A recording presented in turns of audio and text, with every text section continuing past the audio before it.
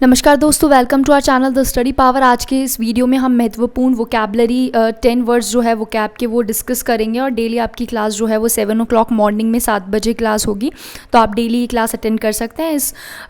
इस वीडियो में हम डिस्कस करेंगे 10 वो वर्ड्स जो प्रीवियस ईयर किसी ना किसी एग्जाम्स में पूछे गए हैं, चाहे बैंकिंग का हो, आपका एसएससी का एग्ज़ाम हो, उसमें कभी ना कभी ये जो है पूछे गए हैं। और जैसा कि आपको पता है दोस्तों कि जो ये वर्ड्स होते हैं ये रिपीटेड होते हैं, मतलब ये जो एग्ज़ाम्स में पहले पूछे गए वही आगे वाले एग्जाम्स में भी रिपीट होते हैं। तो हम वही इंपॉर्टेंट वर्ड्स डिस्कस करेंगे जो एग्जाम के लिए आपके इंपॉर्टेंट है। तो पहला जो वर्ड है हमारा वो है अर्बन।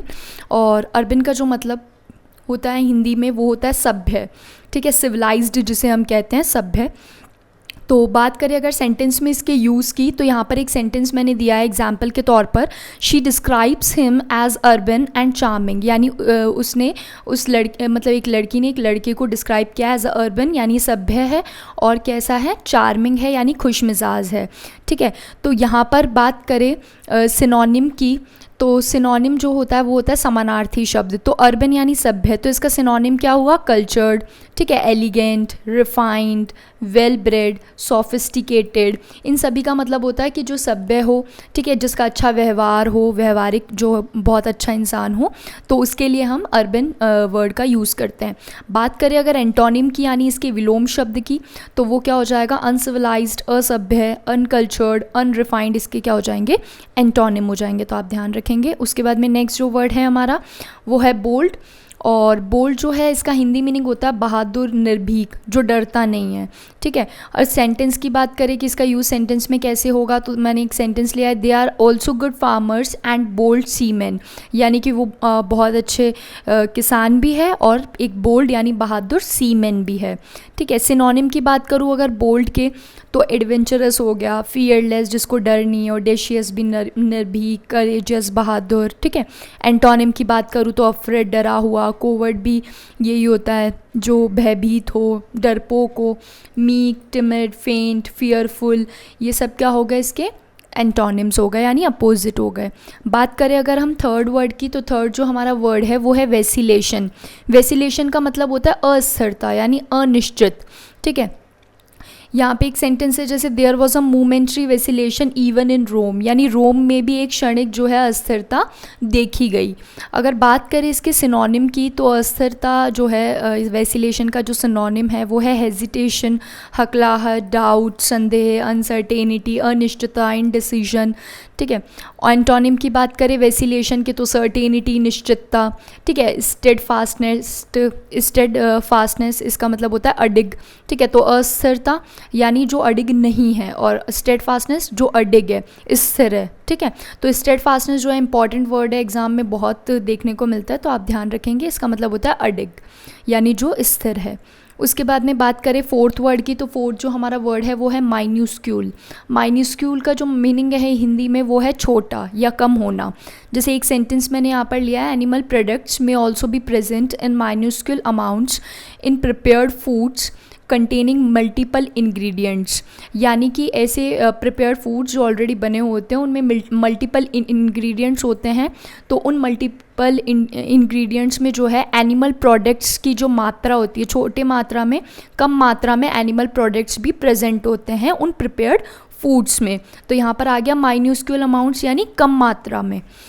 सिनोनिम की अगर मैं बात करूँ, तो माइन्यूस्क्यूल का जो सिनोनिम्स होते हैं वो होते हैं स्मॉल, छोटा, टाइनी, माइन्यूट यानी भी कम, अनइम्पॉर्टेंट जो इम्पॉर्टेंट नहीं है, इनसिग्निफिकेंट इतना ज़्यादा महत्वपूर्ण नहीं है।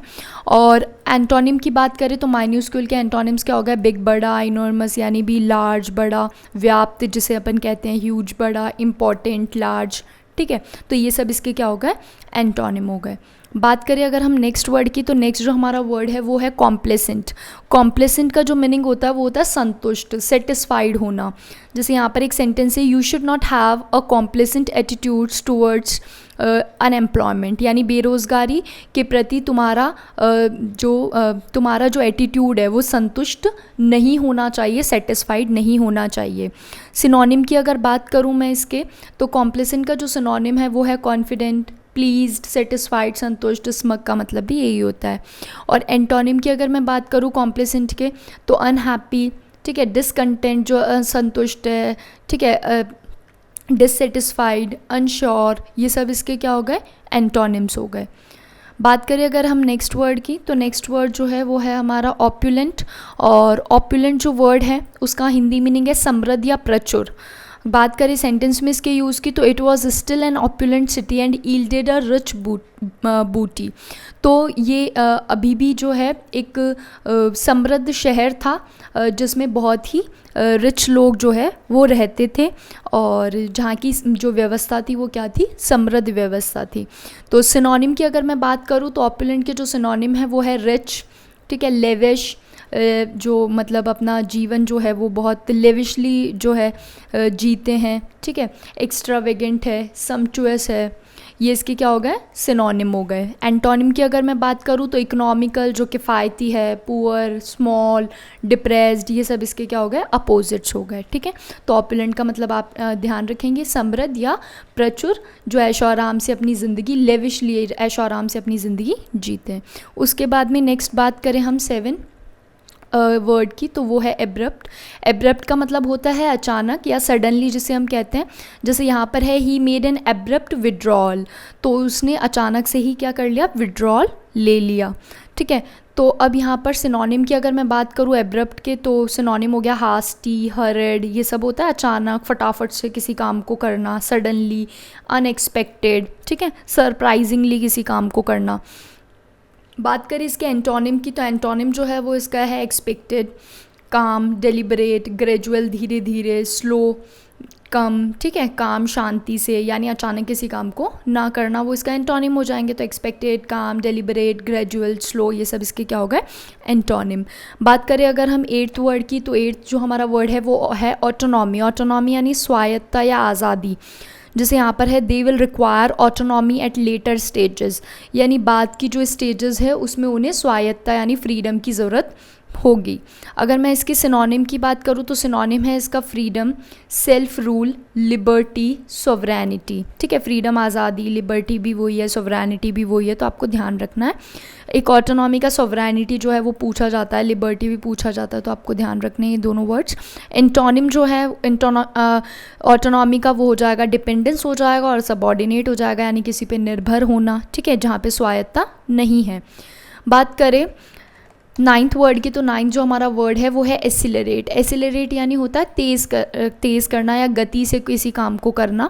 तो जैसे यहाँ पर है to accelerate the proceedings of the committee it was decided to meet weekly instead of monthly, कि कमिटी की प्रोसीडिंग्स को प्रक्रिया को तेज करने के लिए ऐसा निर्णय लिया गया कि मंथली मीटिंग के बजाय वीकली मीटिंग की जाए, ठीक है। अब इसके सिनोनिम की अगर मैं बात करूँ तो इसका सिनोनिम हो गया क्विकन, बिल्कुल जल्दी काम करना, एडवांस, एक्सपीडीट, तेज़ काम करना, फर्दर, हास्टन, फुर्ती से काम करना।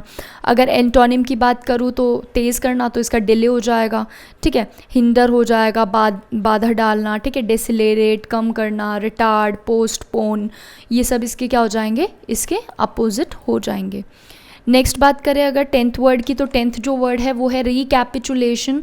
और रिकैपिचुलेशन का मीनिंग होता है पुरानी चीज़ों को याद करना या दोहराने की प्रक्रिया, या फिर इसे संक्षिप्त के केस में भी यूज़ करते हैं। किसी भी चीज़ को एक समराइज्ड या ब्रीफ फॉर्म में लिखना, संक्षिप्त रूप फॉर्म में लिखना, उसे भी रिकैपिचुलेशन कहते हैं। जैसे यहाँ पर लिखा है Jesus Christ is the recapitulation of everything. तो सभी का मतलब सभी चीज़ों का जो है रिकैपिचुलेशन यानी संक्षिप्त एक रूप, एक समराइज्ड फॉर्म है। कौन? जीसस क्रिस्ट, सारे गुण उनमें मौजूद है।